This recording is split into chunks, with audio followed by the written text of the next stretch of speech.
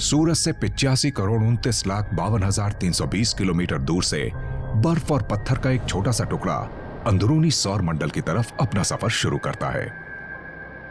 Science की दुनिया में धूमकेतु असली सोने से भी ज्यादा कीमती होता है। वो असल में टाइम कैप्सूल्स होते हैं। उनमें उस वक्त की केमिस्ट्री और एनवायरनमेंट जमा रहते हैं जब हमारा सोलर सिस्टम बना था, और उनसे ये पता चल सकता है कि हमारी केमिस्ट्री यहाँ धरती पर कैसे पहुँची। धूमकेतु साइंस के सबसे कीमती खजानों में से एक है। स्टडी करने के लिए एक खास धूमकेतु को ढूंढना कोई आसान काम नहीं है। एक मिशन के लिए सही धूमकेतु ढूंढना ऐसा है जैसे आप उनका ऑडिशन ले रहे हो। एक धूमकेतु आता है और आपको लगता है कि ओ ये चक्कर तो सही लगाता है, लेकिन ये वो नहीं है जो हमें चाहिए। फिर ओ ये बहुत बड़ा है, ये वाला बहुत छोटा है, ये बहुत ज्यादा एक्टिव है। हम असल में ये देखना चाहते हैं कि धूमकेतु कैसे सोलर सिस्टम के बाहरी हिस्से से निकलता है, और जब सूरज की तरफ जाता है तो वो गर्म हो जाता है और फिर सूरज का चक्कर लगाकर वापस सोलर सिस्टम के बाहरी हिस्से में आ जाता है। तो आपको सोलर सिस्टम में जाकर उस धूमकेतु को उसमें जाते वक्त ही पकड़ना होता है। कॉमेट 67P इसके लिए एकदम सही था। कॉमेट 67P की खासियत ये है कि पृथ्वी पर बड़ी आसानी से देखा जा सकता है। ये हर एक 6.5 साल में एक बार सूरज का चक्कर लगाता है, और चक्कर लगाते हुए ये बहुत ज्यादा दूर तक नहीं जाता। ये सिर्फ जुपिटर प्लैनेट के आसपास तक ही जाता है, और उस तक पहुंचने और उसे अच्छे से देखने के लिए कई मौके मिल जाते हैं। लॉन्च के लिए तैयार। 67P तक जाने की मुहिम शुरू हो गई। लॉन्च। यूरोपियन स्पेस एजेंसी ने एक नया रोजेटा प्रोब लॉन्च किया। कई सालों तक हमने धूमकेतु को दूर से स्टडी किया। हमने मॉडर्न टेक्नोलॉजी से कभी किसी धूमकेतु को पास से नहीं देखा, जिससे हमें यह पता चलता कि सूरज का चक्कर लगाते वक्त धूमकेतु कैसे बिहेव करते हैं। बड़े बड़े ग्रहों जैसी चीजों के मिशंस बहुत कठिन होते हैं। हबल स्पेस टेलीस्कोप की धुंधली तस्वीरों ने रोजेटा के टारगेट का खुलासा कर दिया। यह सिर्फ 3.25 किलोमीटर चौड़ा था, और सिर्फ छोटा टारगेट ही नहीं था बल्कि चलता हुआ टारगेट। कॉमेट 67P सौर मंडल में करीब 53,000 किलोमीटर प्रति घंटे की रफ्तार से चलता है। इसकी चाल इतनी सटीक होती है जैसे एक ही गोल्फ शॉट में कोई बॉल को न्यूयॉर्क से सीधे सैन फ्रांसिस्को के होल में डाल दे। लेकिन कॉमेट 67P को पकड़ना सिर्फ एक सीधे शॉट जैसा नहीं था। स्पेसक्राफ्ट को असल में धूमकेतु की रफ्तार से चलना था, और जिन तरीकों से आज उसे चलाया जाता है उनसे हम सीधे उड़कर धूमकेतु के साथ साथ नहीं चल सकते थे। उसके बजाय रोजेटा ने गुलेल वाला रवैया अपनाया, जिसमें 10 साल लगे। ये असल में प्लैनेट से एनर्जी लेता है, जिससे प्लैनेट थोड़े स्लो हो जाते थे, और उसके बाद ये उस एनर्जी को स्पेसक्राफ्ट में डाल देता था। जब एक रोजेटा मार्स से गुजर रहा था, तब सबसे हैरत अंगेज चीजें हुई। एक चीज तो ऐसे हुई कि सब चिंता में पड़ गए। हमारे स्पेसक्राफ्ट को मंगल ग्रह के पीछे से होकर जाना था, मंगल ग्रह के शैडो में, और इसका मतलब था कि उससे हमारा कांटेक्ट टूट जाएगा। स्पेसक्राफ्ट को मार्स के सरफेस से करीब 400 किलोमीटर ऊपर जाना था। रोजेटा पूरी तरह सोलर पावर से चलने वाला स्पेसक्राफ्ट था, तो उसमें इतना पावर नहीं था कि सब कुछ चलता रहे, इसलिए हमें स्टैंड बाय मोड पर जाना पड़ा। तो सारी चीजें बंद हो गई। हम 100% श्योर नहीं थे कि स्पेसक्राफ्ट दोबारा चालू होगा, क्योंकि जब उस स्पेसक्राफ्ट को बनाया गया था तो ऐसा करने के लिए उसे डिजाइन नहीं किया गया था। उस कारनामे को नाम दिया गया 1 बिलियन यूरो गैम्बल। खुशकिस्मती से दांव काम कर गया। जब रोजेटा टीम सुरक्षित होकर जुपिटर की तरफ जा रही थी, तो वो स्टाइन्स और लुटीशिया जैसे छोटे ग्रहों से गुजरते वक्त अपने इंस्ट्रूमेंट्स को टेस्ट कर सकते थे। इससे पहले स्टाइन्स या लुटीशिया को किसी स्पेसक्राफ्ट से स्टडी नहीं किया गया था, तो उनके पास जाकर उनके सरफेसेस की फोटो लेने और उनकी जमीन के गड्ढों को देखने का मौका मिलना एक बहुत ही बड़ी बात थी।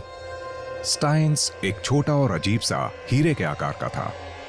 उसे देखकर लगता था या तो ये प्लैनेट कोई अजीब इतिहास है, या फिर कोई और प्रोसेस है जिसने उसका शेप बदलकर उसे गोल या आलू के शेप से हीरे के शेप में बदल दिया है। ल्यूटीशिया पर करीब 130 किलोमीटर डायमीटर वाली एक छोटी सी दुनिया थी। हो सकता है कि वो सोलर सिस्टम के शुरुआती दौर की छोटे छोटे ग्रहों की एक बहुत पुरानी आबादी हो। उस वक्त तक कभी इससे बड़े ग्रह को बहुत करीब से नहीं देखा गया था।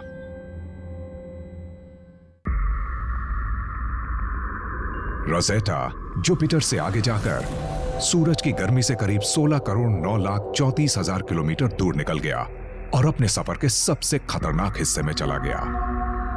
हाइबरनेशन वैसे तो रोजेटा के पास 16 पैनल्स थे, लेकिन फिर भी इसे बंद करना पड़ा और उसकी वजह ये थी कि इसे 67P को ढूंढना था जो सूरज से काफी दूर था और वहाँ कलेक्शन एरिया और सोलर पावर उतने नहीं थे कि इंस्ट्रूमेंट्स को पावर दिया जा सके। स्पेसक्राफ्ट को हाइबरनेशन में ले जाना नॉर्मल बात है, लेकिन चिंता इस बात की थी कि इससे पहले कभी इतनी देर के लिए ऐसा नहीं किया गया था। 31 महीने के हाइबरनेशन में रोजेटा की टीम को यह सोचने के लिए बहुत वक्त मिल गया कि क्या गड़बड़ हो सकती है। स्पेस में अंधेरा और ठंड थी, बहुत सी चीजें चल रही थी, बहुत से छोटे छोटे टूटे हुए तारे थे और उस स्पेसक्राफ्ट से लगातार बातचीत ना होने की वजह से उस दिन थोड़ी घबराहट हो रही थी जब उसे वापस चालू करने का वक्त आया। 20 जनवरी 2014 को करीब 10 साल अंतरिक्ष में रहने के बाद रोजेटा को जगाने का और उसके कम्युनिकेशन सिस्टम को दोबारा चालू करके उससे बात करने का वक्त आ गया। मतलब बहुत ज्यादा टेंशन था। ऐसा लग रहा था कि सिग्नल मिलने के लिए पता नहीं हमें कितना वेट करना पड़े। इसे काम करना पड़ेगा। ओ गॉश, ये चालू होगा भी या नहीं? क्या हमने स्पेसक्राफ्ट को खो दिया? और उसके बाद ग्राफ एकदम से ऊपर आ गया। हमें लगा कि चलो स्पेसक्राफ्ट से हमारा कांटेक्ट तो हो गया।